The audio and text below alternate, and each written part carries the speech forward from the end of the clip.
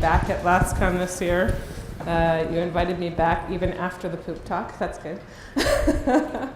I also brought a laptop that apparently has all kinds of issues. You know, Apple likes to do USB-C, so I'm going to try and bounce between flipping slides. I'm not used to that. Hi, I am going to just talk about myself for a moment here. First of all, I really like to draw comic strips and make fun of myself. I'm called Stripey at work. I have a red team of 35 people. I work for Intuit, which is a financial services company in the cloud. I'm one of the founders of DevSecOps, the tribe, and Hacker Girl is my next foundation. I've been working on that for a while now, and I'm hoping to have that out soon so that we can help bring more women to the industry. I'm a believer in safer software sooner, and you know, that's also been pronounced software safer sooner, and to me it doesn't really matter. I think whether you're a DevSecOps, a SecDevOps, or whatever, it's really all the same thing to me. We all want to have safety in our software. So last year I mentioned that there's a whole bunch of DevOps practices that are coming to life. We're seeing more and more growth in DevOps. So why do I talk about it all the time? Well, my belief is that we're finally seeing a cultivation between DevOps folks and security practitioners such that we can actually see the dynamics of software becoming safer over time and more of the mechanics getting built into security as code. So if everything's becoming code and there's more and more people that are driving after DevOps and people are getting into the cloud, you know, one of the things I wanted to do this year was sort of become a little bit more geeky. So if you're not too geeky, I'll try to like balance between the two. How many folks in here are developers? I'm really excited about that because this is considered a security conference, so thank you for coming. How about how many people are operations, sysadmins and things like that? Or consider themselves DevOps? Because sometimes that's kind of the mechanics as it goes towards sysadmin and DevOps. How many folks are security professionals? All right, so this is the part where everybody raises their hand. Because we're all security professionals, right? And when it comes down to it, it doesn't matter whether you're dev, you're DevOps, you're security, it's actually all becoming the same thing. We're all trying to fortify software with legal mechanics, security mechanics, getting good practices around our development, making our software better, higher quality. And so that really is what the nirvana is, the vision for how the tech industry is actually coming together. And so this year, I showed this slide last year. What I'm going to do is talk about what it means to put security into DevOps, what it means to kind of dig into the hard questions, the things that are actually going to put security into the right place. I actually believe in the feedback loop. If you haven't seen it yet, I did a talk at AppSec EU around the gift of feedback. And I get feedback all the time. I give feedback all the time. I really believe in it. And the reason why is because it's meant to make you better. I think that as the tech industry was coming up, we have a variety of different cultures in the tech industry that make it hard for feedback to either be received well, something done with it. And so feedback's sort of a gift because when you think about it, trying to actually make yourself better is the ultimate objective.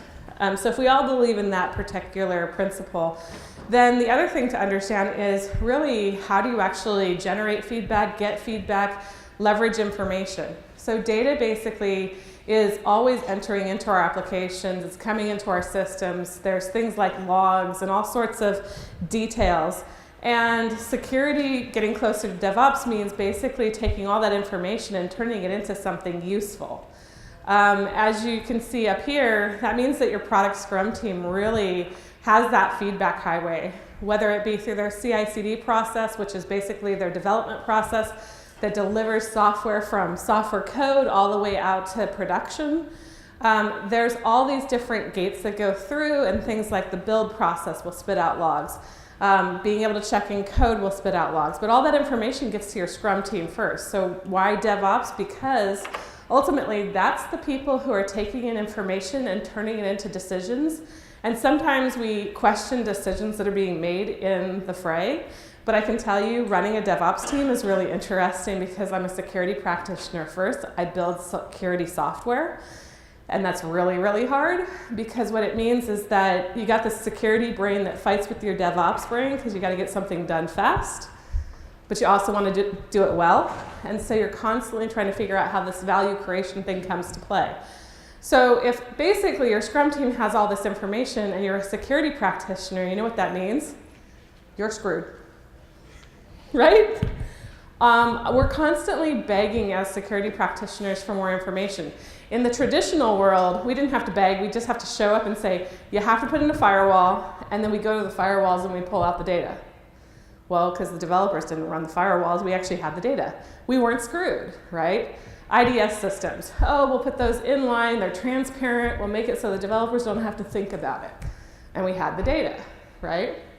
And the applications would get put in, and we didn't have the data. And why didn't we have the data? Because it required you to actually have friction when the data had to get generated. Hey, developer, can you turn on these logs? Here's my configuration. And they'd be like, I got no time. And so what happened is in traditional security, you had all this network level data, but when you move to the cloud, you lose all your network level data. So now you're a security practitioner and you're going to beg your cloud provider for a bunch of data. And why are you begging for it? Well, you're begging for it so you can make good security decisions. So what if we kind of change this whole paradigm and realize that the reason why the security practitioner wants all this data is because they do things with it like marry it up with threat intel. The one thing I can tell you that's really interesting about security practitioners, as we all know, is that we get a lot of threat intel. Some of us go out on the dark web because that's what we do before we go to bed. I'm into nightmares. And so I like to go on the underground and basically learn what the bad guys are doing, take that information, look at the information that my Scrum teams are giving us, marry it all up and say, here's my bad guys. So today we're going to kind of walk through what that looks like. We're going to talk a little bit about that. And so this notion of a feedback highway going to your Scrum team needs to get coupled with your threat intel. So the question is, why wouldn't we just give the threat intel directly to our developers and say, all right, good luck? Well, here's why. Because they're into value creation. So one of the things that's happened over the years is that we've basically tried to educate our application developers on how to build better software, right? We've got the OWASP Top 10, and you're going to see why. I'm going to talk about that later. But when you start thinking about it, we're educating them. That's totally outside of the creation process. They've got to make extra room for it. It's unplanned, it's unscheduled. It's basically something that they don't understand because they go and sit in a room for 2 hours. We walk down all these really complicated things. We try to give them a bunch of application scenarios. We make them do a few of these exercises, and they walk out and go, all right, I'm done. And then they go back and they work on their code, and they don't necessarily get all the mechanics pulled in, and it's not their fault because, by the way, that's not actually how you can learn the best way. Feedback's a gift. If you're in line and you're making mistakes and you get that feedback, it becomes really a present because a developer can now make better decisions because when you put a defect in front of them, ultimately it's their defect, it's their decision. So the million-dollar question for a developer that a security professional can ask is, how many adversaries do you have? So I put this security facts together, and the reason why I did that was we have nutritional facts. We get fat because we eat a lot of food and calories and all that. I'm not going to go back to the poop talk. I said I wouldn't. But when it comes down to it, the security facts is adversary interest is really critical. What if you were able to look at a product, right? You go out and buy a camera, it's $70, you had the option of buying the $100 camera, what's the difference? What if the difference is actually security? What if that $30 actually was better security in that camera? And then all of a sudden, the $70 camera stops working and you find out you can't even repair it because the operating system had a vulnerability in it, brick or bot. And now that camera's gone. And now you have to replace it. When you go back to the store, which one are you going to buy? You might buy the $100 camera this time because it had better security, because you don't want to have to buy another one and another one and another one. So if you think about where the industry is going, Developers and bringing security professionals together and all of that is just the first step in a longer cycle, which is to get customers to buy security products and demand better security. Which means, ultimately, eventually we need something like this because you've got to make it something that's consumable. Security has to become consumable. I don't think consumers are going to go out on the dark web every day, like I do, and actually look for nightmares so that they can have an understanding of what it means to buy a good product. So if that's the million-dollar question, what's adversary interest for my product? You build 300 lines of code. It has an A because you've got good security in it, but it's got 97% attacker interest. Are you going to leave this component alone for too long? Probably not. You're probably going to pay a lot of attention to this because it's got a lot of adversary interest. What if it only had 3% attacker interest? What if that adversary interest was pretty low? You might actually spend more time with the things that are actually getting attacked, right? Isn't that how you would make that decision? So let's talk about adversaries for a minute. Bad guys, because we saw that feedback loop. They have a lot of motives. Some are in it for fame and glory. Others might actually be in it for the money. Nation state. And what actually comes to bear these days is that nation state is quite interesting because nation state actually turns into a bunch of hops. And sometimes it looks like nation state, and sometimes it doesn't look like nation state. So if you're a developer, you're basically walking through all of these mechanics. You're thinking about threat intel. You're going through these things. But really, when it comes down to it, motivation can actually drive whether or not something's going to become interesting.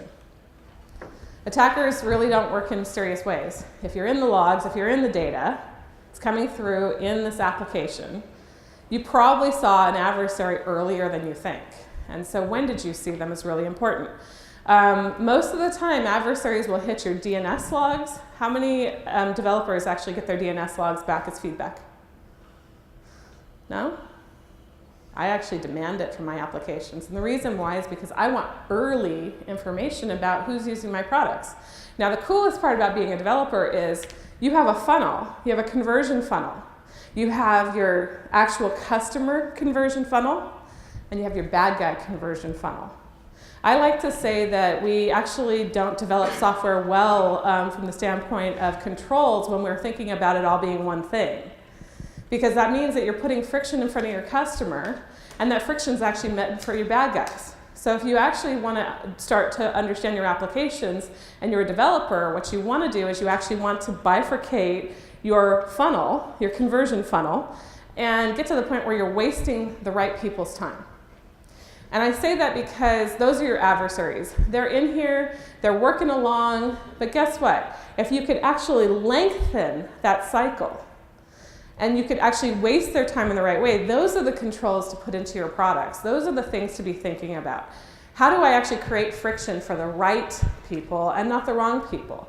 Customers actually deserve a really good experience, and they don't necessarily need to have the level of friction that we apply because we put one size fits all into the mix.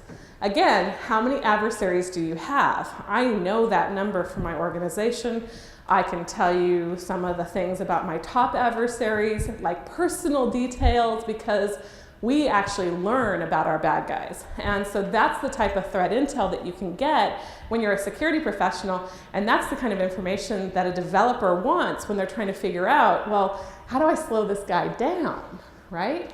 How do I make it so he doesn't want to come back to my application? What if the KPI for your application is how many times does a bad guy return to my application? What if your conversion funnel is you want that to go down to 0? But you don't want your customers to go down to 0, right? So they're totally different dynamics and mechanics that we have to put together. So the question, like I said, the million-dollar question is how many adversaries do you have? Your application has a bunch. You don't necessarily have that information as a developer because you don't necessarily know what's a bad guy and what's a good guy in your application unless you have anomaly detection, unless you have some sort of threat intel, unless you're sifting your logs, you're going through that information to be able to create that bad guy funnel. And so I'm going to spend a little bit of time on talking about the bad guy funnel. So at my company, we have a bunch of funnels. This is my bad guy funnel, okay? And my bad guy funnel, I have a bunch of customer funnels, and then I got a bad guy funnel. And what I found is that the developers don't necessarily want to have to spend too much time on bad guy funnels because, by the way, for them, it's actually a waste of time. If you're a DevOps, waste is a bad thing. If you're a security professional, waste is a bad thing. We all need to get rid of waste. So how can I become valuable as a security professional is really about how do I take this information and make it useful for my development teams so that in their cycle they can play on these controls to waste bad guy time. Well, I have terabytes of data that come in every day, large amounts. I've got petabytes over a very large period of time. And those petabytes have to be sifted, and quite often some things have to be replayed. I have really knowledgeable adversaries. Some of them like to come back in short windows. I know exactly the percentages there. So I think it's like in most companies, it's around 70 to 80% of your bad guys return within 7 days. That's kind of cool. But there's this other portion of the bad guys that return over 30 days. And that's actually 20% of your bad guys return over 30 days. Why? Because they know that your logs are going to roll over in 30 days, which means how do we actually create the right buffer of information and how do we actually sort for the right bad guys? So when we were looking earlier about motivations, the motivations of somebody who's in 7 days is lucky. I want to find out what's weak in your application as quickly as possible. And like I said, 80% of my traffic for bad guys is lucky. So if 20% is good and 80% is lucky, we're going to spend a little bit of time today on lucky, and we're going to actually work through this. So this funnel is all about taking in all the right information. What do I need to know about my organization? What do I need to know about the mechanics of the security details? How do I actually sift that? And how do I turn out not billions of events to my development teams, but actually hundreds of things to my development teams that they can actually put into their backlog? I used to believe that SLA maintenance for security was like never going to happen. I don't know if anybody's had the experience of having just laundry lists of all these vulnerabilities that have to get fixed and then telling the company they got 2 days, 7 days, 30 days, 90 days to fix something. Anybody gone through that exercise and felt like it was hopeless? I don't have a hopeless situation anymore.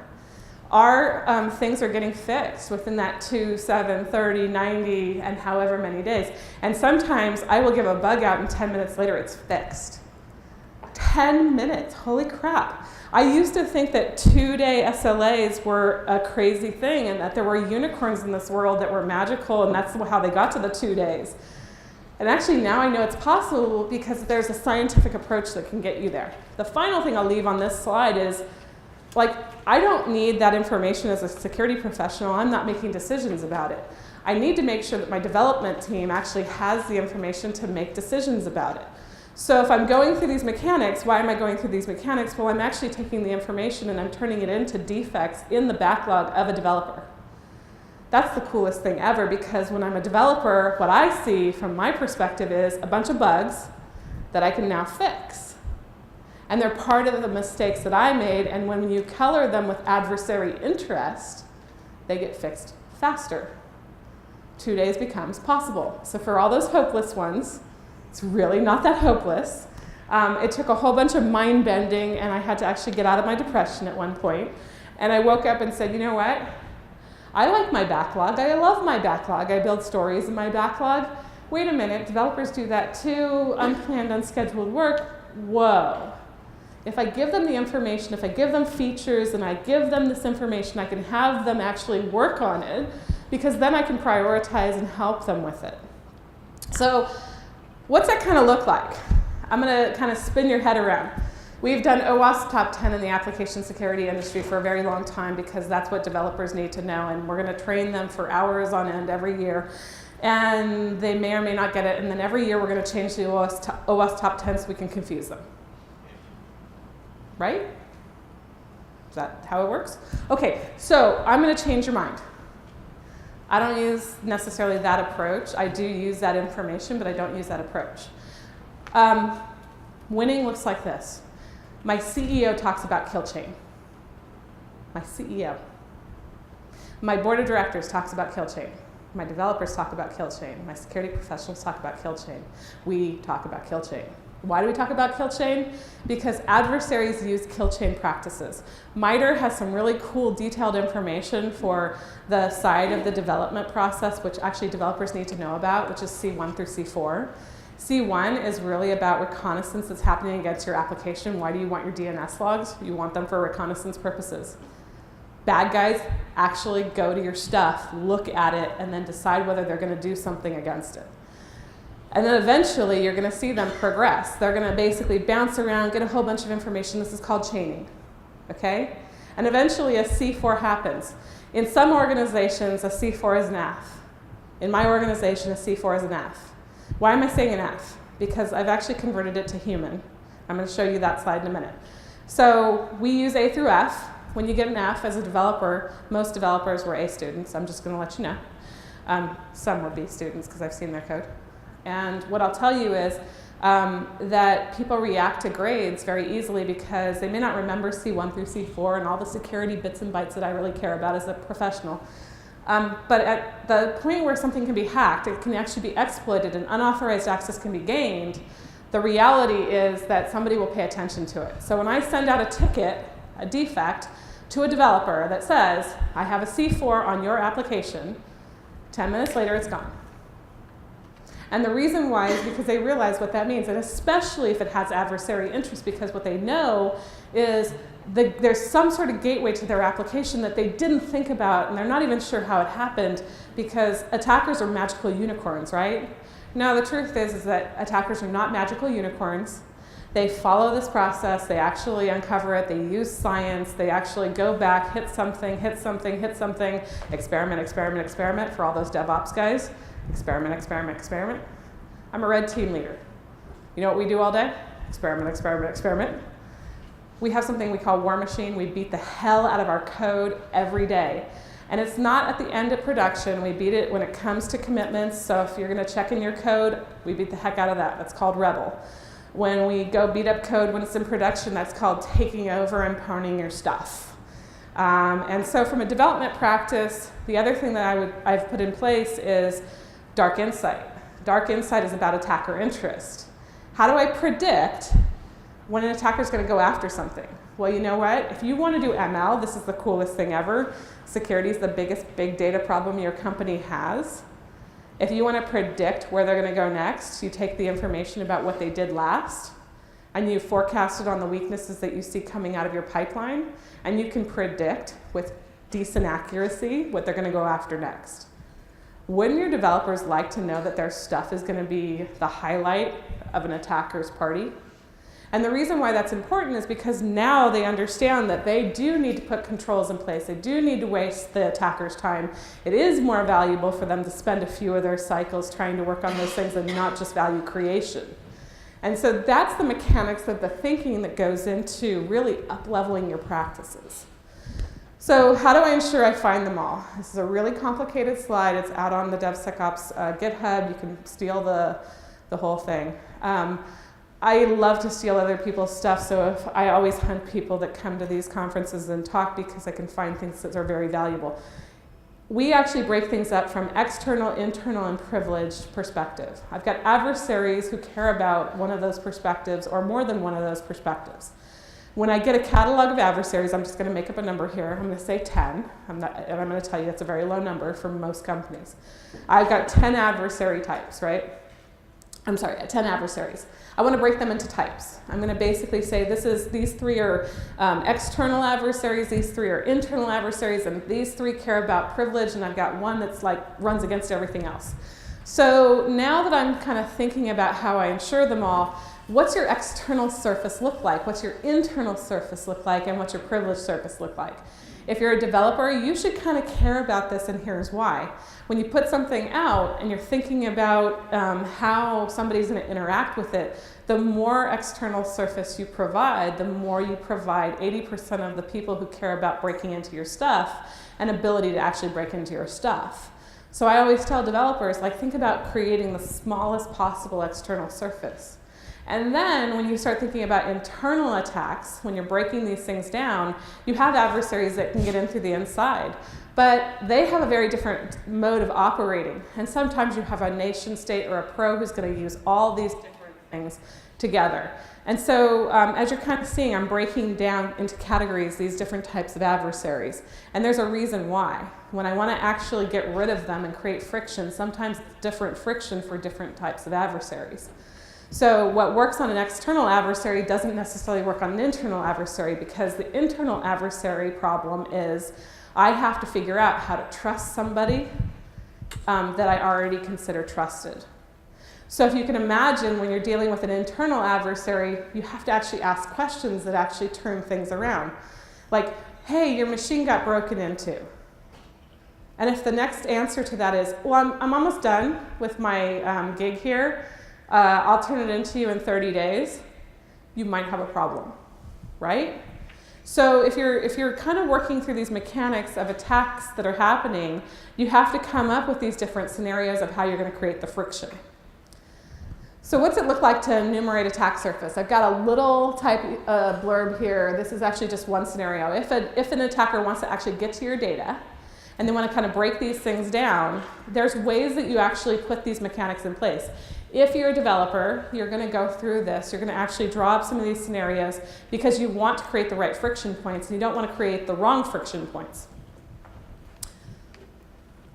When it comes to enumerating, you're going to actually put things in place like, let me take all of the dimensions of my external attack surface and let me put them down on a grid. This is actually, if you don't know it, it's the diamond pattern model for doing threat modeling. And so some of the diamond patterns can allow you to figure out how you're actually going to have dimensional attacks.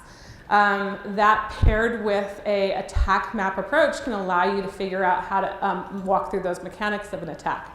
Now, what I'll tell you is I've always tested on the theory that threat modeling was really important, but how many people have gone through a 2-day exercise to train folks or learn about threat modeling? Yep, was it great? Did you learn threat modeling? Anybody learn threat modeling? Anybody say they're really great at threat modeling? Like one person? Half a person? All right, so let me help you out. I had an experiment, attack maps. This is kind of cool.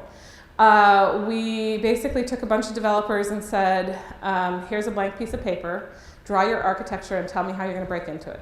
You have 15 minutes, go. And they came back with wildly complex architectural diagrams that they had really good attacks on, and it was incredible. In 15 minutes with a blank piece of paper, somebody can attack their stuff. And they know all of the decisions that they made around what risks they took, so they knew exactly where to break into their stuff. What if we're getting it wrong?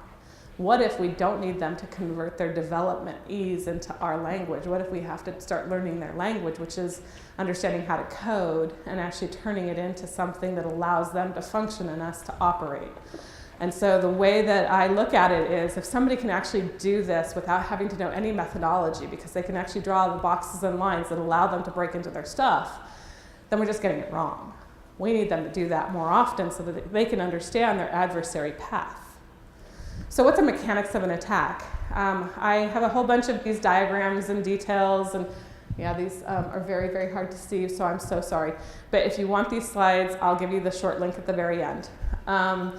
In this particular scenario, what happens is you have a bunch of, understanding of subnets. You're kind of drawing your stuff. This is the 15-minute process. This didn't take me more than 10 minutes to do because, by the way, it's just an application with like one-page front end, because those aren't problematic at all, right? They don't have things like Nginx under the hood. They don't have, an operating system. They don't have any problems, right? Oh, no, wait, hold on. They're on Lambda, and it's just a function. How bad could that be? Well, we know from James Wickett here in Texas that one bad function can allow for command injection and full account takeover in your cloud account. That's just terrible.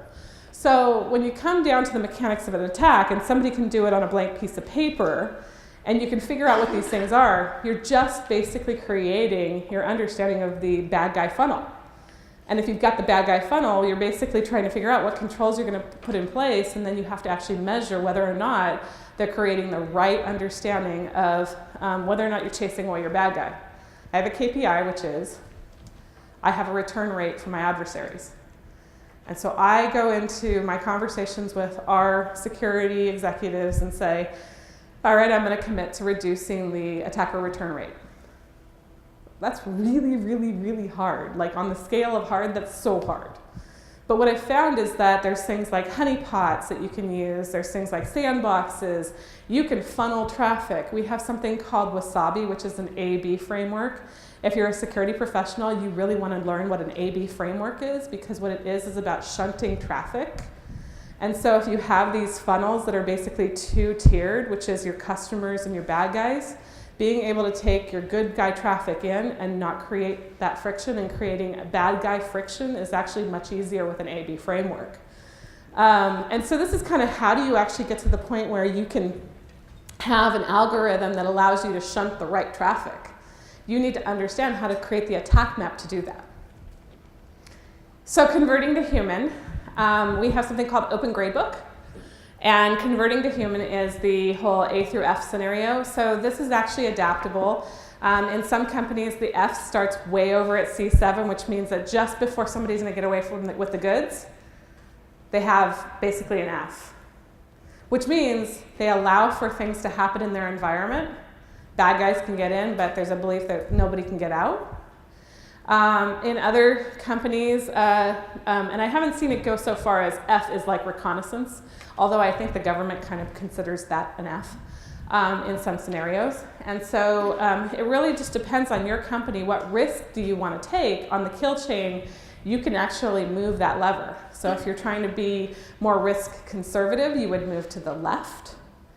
If you're trying to be less risk conservative, you're going to move to the right. And so that's going to allow you to put the numbers in place. And this is basically C1 through C7, which means I'm going to recon the heck out of my application. Again, I said I beat the heck out of our stuff. We actually have the war machine running on a kill chain basis. We write attacks in every single one of the C1 through 7.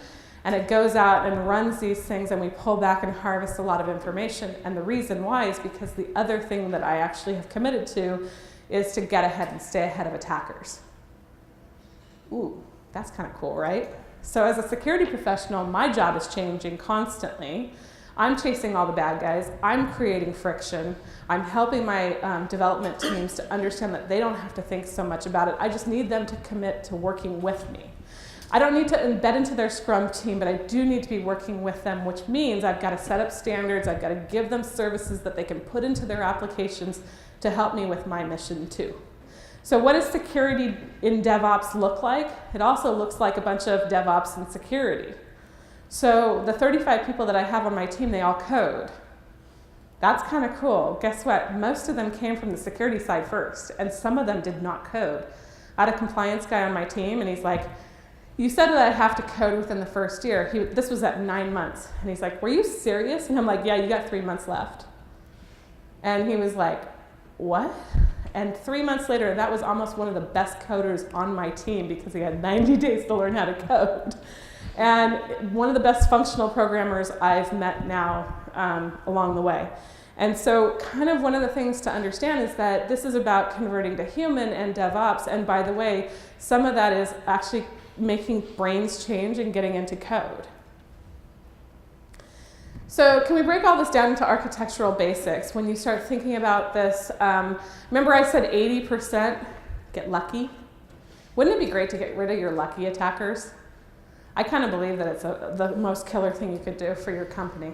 So if you can get rid of 80% of the attacks with the pyramid scheme, this is my pyramid scheme, some other people have other pyramid schemes, I actually believe that if you can put these things in place, there's architectural basics.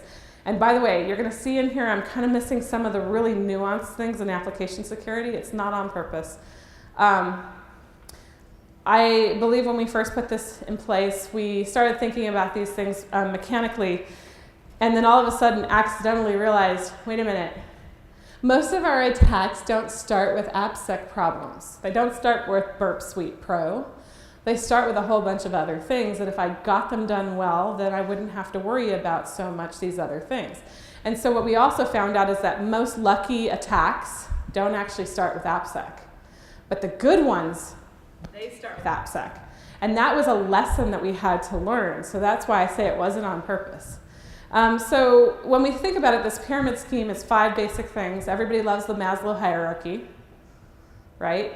People can remember very few things. If they can remember anything, give them 5 things to remember. And 5 things to remember will turn out to an 80% return against your bad guys. So we're going to kind of walk through the architectural mechanics of this, your zoning and containment. I talked a little bit about cloud security at RSA a couple years ago. And in that talk, one of the things that I said was we actually have had to figure out how to understand hostile boundaries. There's a paper for Google that's called the Beyond Corp paper. If you haven't read it, I would tell you, you really have to read that paper. And the reason why is because hostile environments is actually where we're all at now, because if you're using the cloud, you're using a SaaS, you're using a PaaS, you're using anything that actually isn't inside of your 4 walls that you control, you're in a hostile environment. Which means now you need threat intel that actually allows you to understand your third parties. It means you have to have logical boundaries around your DNS. So your recursive DNS is really, really important. We leverage OpenDNS to be able to create that boundary. We've put it on everything on purpose, because if you can actually create friction in the right places, you can reduce your bad guys, right? So what happens with zoning and containment is creating a logical boundary. And again, whoever you trust has to be part of the logical boundary. So you have to have ways to actually include them in those logical boundaries, and the containment principles have to allow you to look at your funnel and say, all right, how big is my true funnel? My bad guys are, when I work with other companies, are also their bad guys. So when I say I know my number, when I'm working with other companies, I need to know their number too, because their number, if it doesn't overlap with my number, is actually a much bigger number for me, right? So the number of trusts that you actually create actually extends your adversary pool and opportunities for them.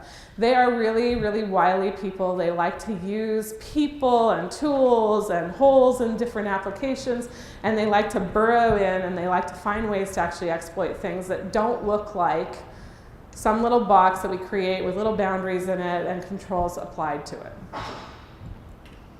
Asset management. This is not just knowing your stuff. This is knowing your stuff and keeping it maintained, right? So you build these controls, and then you just walk away from them.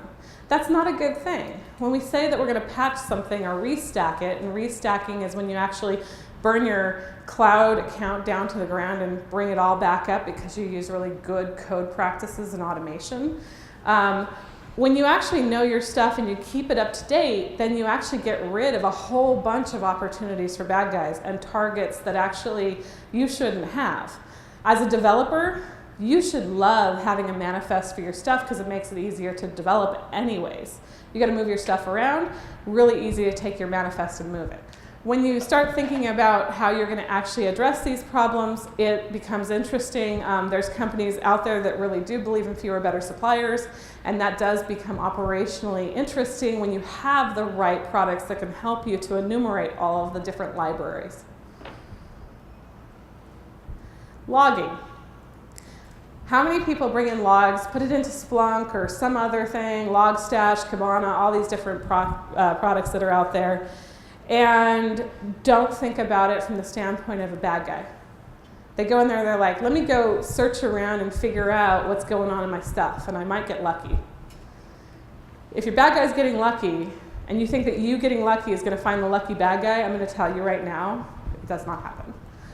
Your lucky bad guy has a better chance, if you're a lucky good guy, to get luckier. And so the idea behind this is that you actually have to set up your logging on some sort of framework, again, the kill chain. So if you're going to bring in your information, you're going to establish it within the kill chain. This is a big data problem. It's not just a logging problem. You need to actually bring all that information in and sift it through. And this big data mechanics is actually how you take that information to make it useful. Authentication and access. I said authentication, access in parens. Authentication, authorization, some of those things are really important. This is the 4th level for you. When you're starting to think about this, most people don't realize that most applications, if they have good authentication practices, good authorization schemes, how many people use SE Linux? If you don't, you should if you're on Linux. How many people actually lock down all of the ways in which somebody could do something bad? They run on least privilege with all of their applications. They aren't just using root because it works or admin because it works, right? much easier to do those things, much harder to do these other things. If you're going to get to the point where you get rid of your bad guys, 80% of them, you've got to have good authentication and authorization principles and mechanics. So building those into your applications is essential, and one of the most, it's actually a very difficult thing. And then finally, I'm going to say encryption, which is basically your cherry on top. Authentication, access, authorization, plus encryption. And encryption to me has become an access control, because if you're in the cloud, it's become an access control. It used to be that encryption was totally something different. It created this whole notion of confidentiality, integrity, availability, well, maybe not the availability piece. But now it's actually becoming more and more a separation between the trusted people and the not trusted people, the trusted application and the not trusted application. So what about AppSec? Application security is a crucial element in this. Most of the people who are finding application security problems in bad guy scenarios are actually going through and finding 20% of the things that are problematic for you. And by the way, they're coming back multiple times to find these things, and they're creating tons of noise. And by the way, they're using your information against you. They might know that you're a white hat customer. They might know that you're a Qualys customer. You know what they do?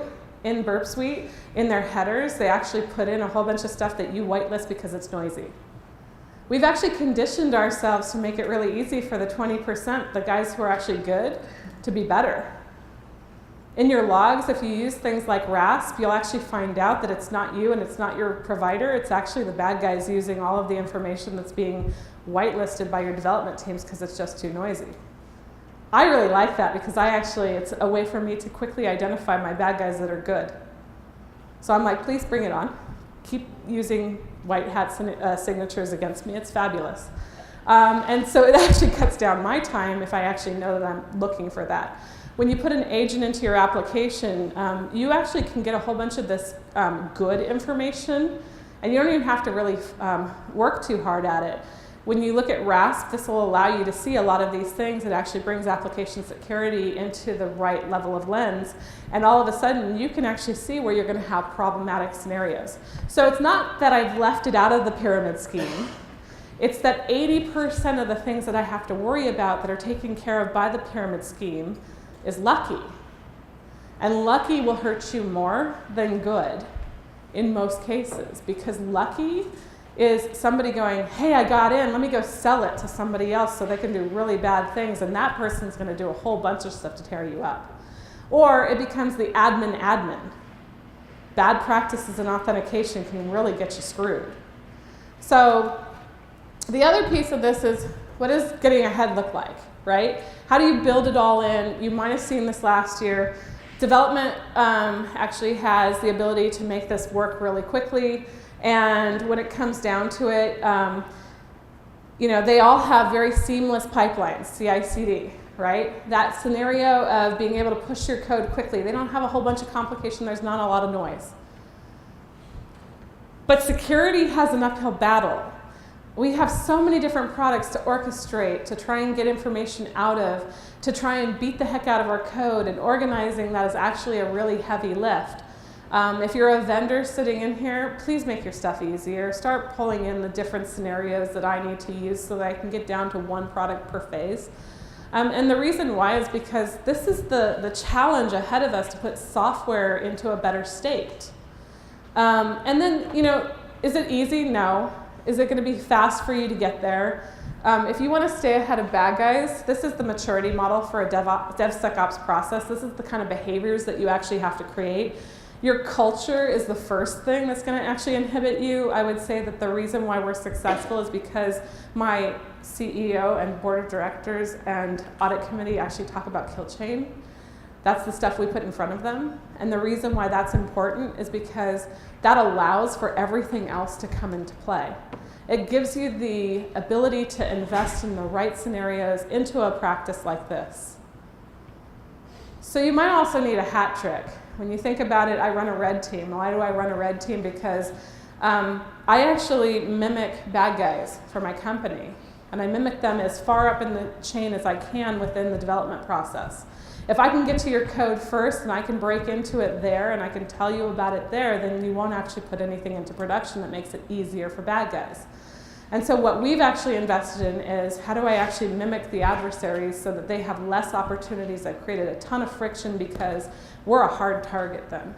Am I going to tell you that we're perfect? We're not perfect. Everybody's got problems out there. There's a lot of companies that struggle with it more than others.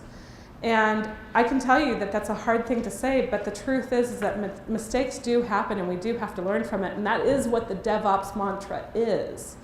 So we have to find a way to experiment as quickly as we can. And the better you can do that and the faster you can do that, the more likely you're going to be able to get ahead of bad guys.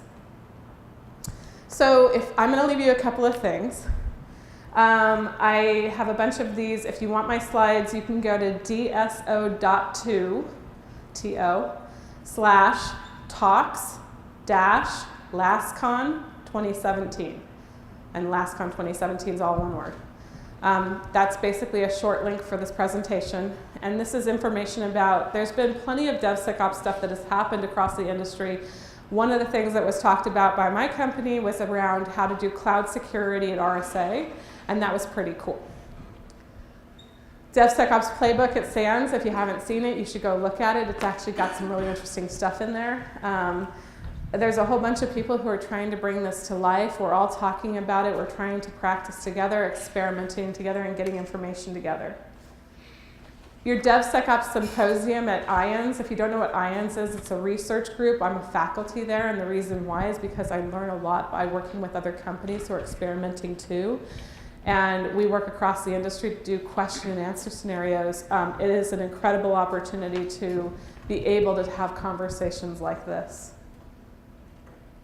DevSecOps lessons at OWASP, if you have not seen this presentation and you are really looking for some incredible metrics, I gotta tell you, Derek Weeks blows the socks off of everybody else in SDLC and has incredible information that you can use to benchmark you and your organization. One of the most impactful things that I've seen in the last year. Finally, full stack attack at RSA was a few years ago. There's a presentation, you should totally look at it. Veracode did it. I loved it because it was actually 2 years after we had learned the same things. They were talking about it broadly, and that has allowed us as a security industry to be able to share more information. The other thing that you're going to find out is in some of my presentations that we actually test things like API key exposures. The bad guys in the cloud are able to do things within hours that they shouldn't be able to do. So final thing. You need to get involved in a community. If you're starting to understand what DevOps is and you really do need to get more information, you want to experiment, you want to have good conversations, you want to learn and have learning agility that matches the DevOps needs, you've got to find other people that are willing to have the conversations with you. One of the things that's happening in the security industry is we're starting to share and we need to share more. So I would just encourage you, get out, talk to other people. This is an opportunity for you to get into DevSecOps. It's also, there's a whole bunch of other communities out there. I love the ones that are out here. DevOps Days, a shout out to John Willis, because I am an incredible fan of his. There's a lot more security going into these different practices. The folks out here that are doing DevOps Days are just amazing. It's a really incredible community as well. So thank you so much for your time today. I really appreciate it.